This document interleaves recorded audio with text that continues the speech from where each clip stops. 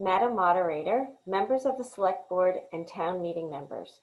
We ask for your support on Article 7 so we can collaborate to celebrate the many contributions women have made not only to improve the quality of life in our community, but to earn Lexington a very special place in history. We bring this resolution forward with an awareness that we are all stewards of a very unique place. Our town is the site of the birthplace of American liberty, and as such, our community continues to educate and inform people not only about colonial days, the Battle of Lexington, and the Revolutionary War, but also about what it means to be engaged civic participants. Historians and visitors have had their eye on Lexington for centuries. We are all Lexingtonians, and the way we continue to shape the built environment in our community plays a role in the way people view us and view America's history. We must be deliberate, accurate, and inclusive. An important premise for this article is that while we currently tell parts of the story exceptionally well, thanks to the care that town leaders, dedicated reenactment volunteers, the Lexington Historical Society, and the Lexington Tourism Committee have taken. However, there are critical parts of Lexington's story and the America's story that have been left out. This includes the story of the contributions made by women, as well as the story of contributions made by people who are not white.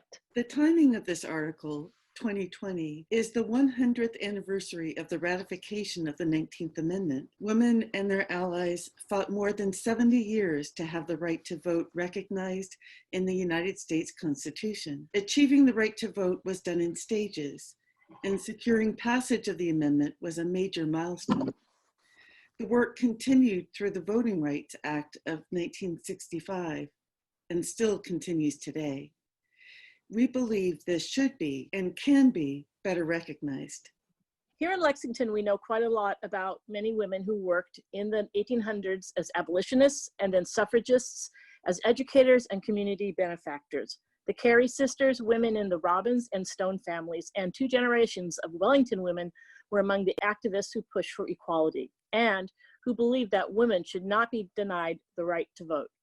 The multi-decade struggle reminds us that the nation did not support them for a very long time. Even here in Lexington, there are residents who organized specifically as anti-suffragists. Fortunately, decades of hard work paid off. From then until now, women made steps forward in the local government, but this is relatively recent history. From 1713 to 1930, only free men who held property could participate in town meeting.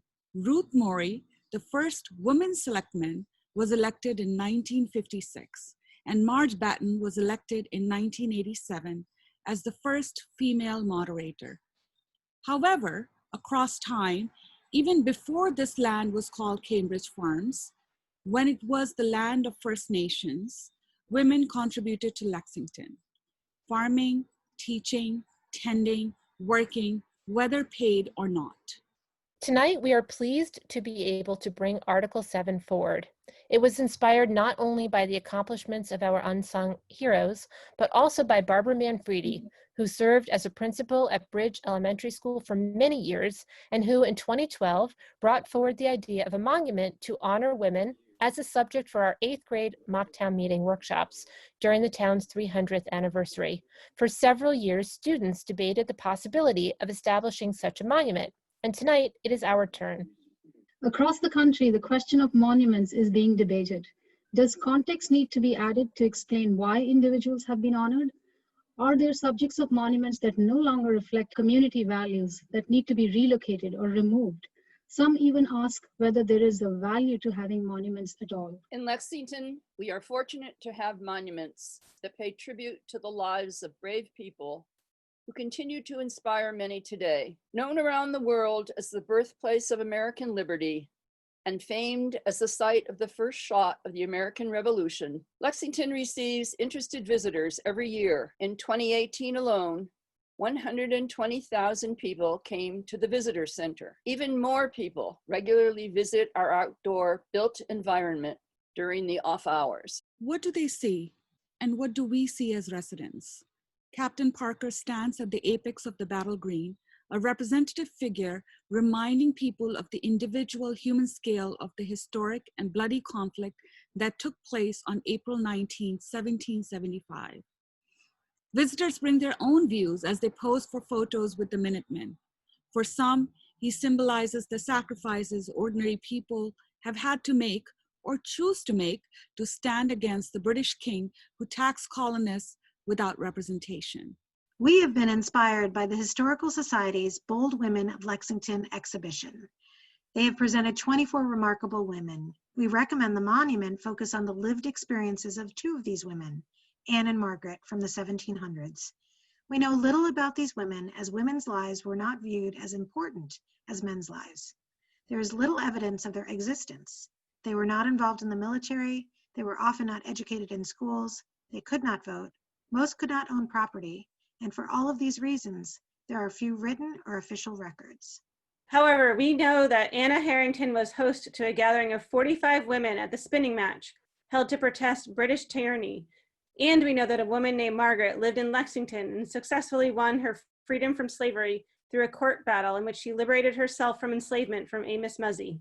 Whether the ultimate design for the monument will be figural or representational, and whether we can incorporate other women from Lexington in some creative way. We must pay tribute to women across time in an intersectionally sensitive way. We do not want one individual white figure to stand up for the work, the talent, the creativity, the patronage of all women. The motion you see before you lists specific actions it will be helpful for the town to make in identifying the best place for a monument where it will be visible, but where we will not undo recent brickwork or other improvements, and where the investment of our energy will best serve the community today and for the future. Our article asks town meeting members whether this is the right time to take the first collaboration for a monument to honor the contributions women have made to Lexington.